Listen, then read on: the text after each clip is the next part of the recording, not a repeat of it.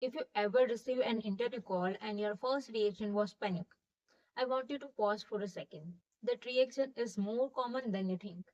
The moment we hear technical interview, our brain immediately says, you need to revise everything. And that's where the problem starts. Because when you try to prepare everything, what actually happens is not preparation. It's mental overload. You open one topic, then another, and then another. And after a few hours, you are sitting there thinking, I don't know anything. Okay, do you know what that really means? It doesn't mean you lack knowledge, it means you lack direction. Let me explain this in a very simple way. Imagine someone asks you to travel to a city but doesn't tell you route. You'll keep walking, turning left and right, and eventually you feel lost. That's exactly what random preparation does. This is why the job description matters so much. And no, not in a boring or formal way. When you read a job description, you actually reading the interviewer's expectation.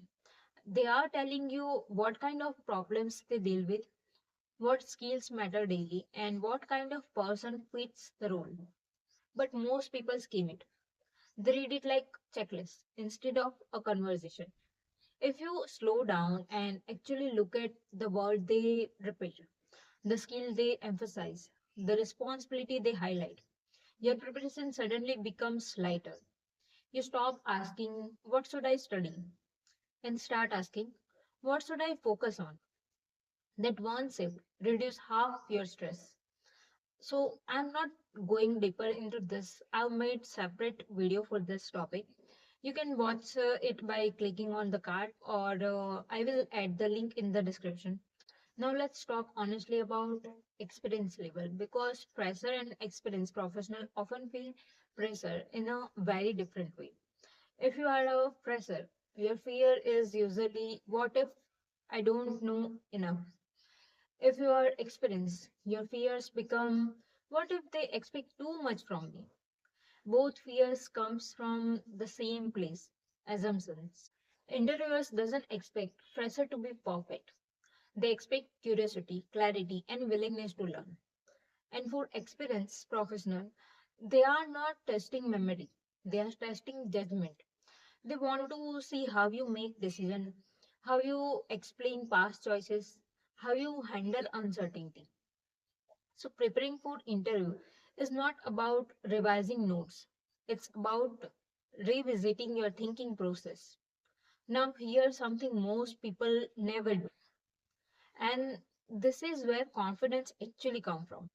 Instead of silently revising concepts, start explaining them out loud. Yes, it might feel awkward. Yes, you might feel silly at first, but interviews are spoken, not written. If you can't explain something calmly when you are alone, it becomes 10 times harder under pressure. Explain out loud force clarity. It exposes gaps gently, not harshly. And that's a good thing because now you know what to fix before the interview. Another mistake people make is rushing.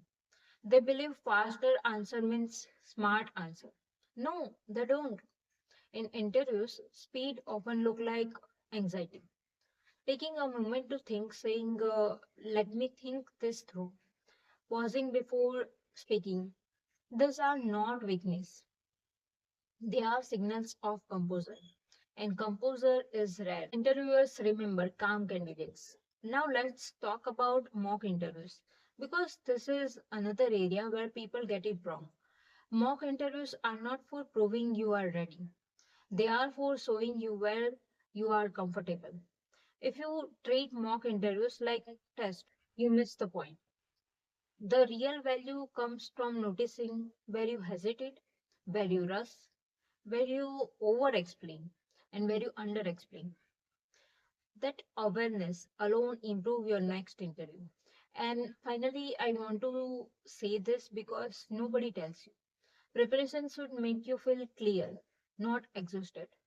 If you finish your preparation feeling drained, confused, and insecure, something is wrong with the method, not with you. Good preparation simplifies. It helps you see, I may not know everything, but I know how to think.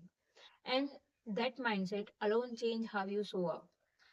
Now, in this part, we focus entirely on what happened before the interview. But interviews don't always go as planned. What if you freeze? What if you don't know answer? What if you feel your confidence drop mid-interview? That's exactly what we'll talk about in part 3. What to do inside the interview room in a real time. So you don't need to become someone else to clear interview. You just need to prepare in a way that respect how your mind works. And once you do that, interviews stop feeling like battles. They start feeling like conversation.